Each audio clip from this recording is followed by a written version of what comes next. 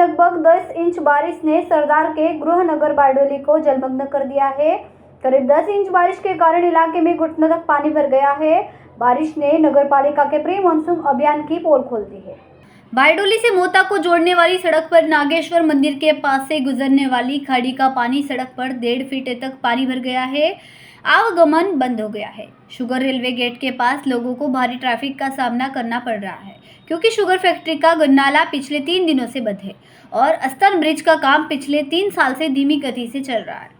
बारडोली में शिवाजी चौक के पास भाजपा कार्यालय के पास सोसाइटी में बार बार बारिश का पानी भरने से लोगों को परेशानी का सामना करना पड़ रहा है। भारी बारिश के कारण मिंडोला नदी के दोनों किनारों पर बने पुल में बह रही है। नदी के तटवर्ती इलाके में पानी भर जाने से लोगों को दिक्कतों का सामना करना पड़ रहा है। कैमरामैन कैलाश कुमावत के साथ संवाददाता सुजाता वडेर, BHP न्यूज़, बारडोली। કલાકમાં ભારેથી અતિ ભારે વરસાદ પડી રહ્યો છે ત્યારે બારડોલી નગરમાં રામજી મંદિરની પાછળ આવેલી મિંડોળા નદી પુનઃજીવિત થઈને બે કાંઠે વહી રહી છે। ત્યારે હવામાન ખાતાએ આગામી 24 કલાકમાં ભારેથી અતિ ભારે વરસાદની દક્ષિણ ગુજરાતમાં આગાહી કરી છે।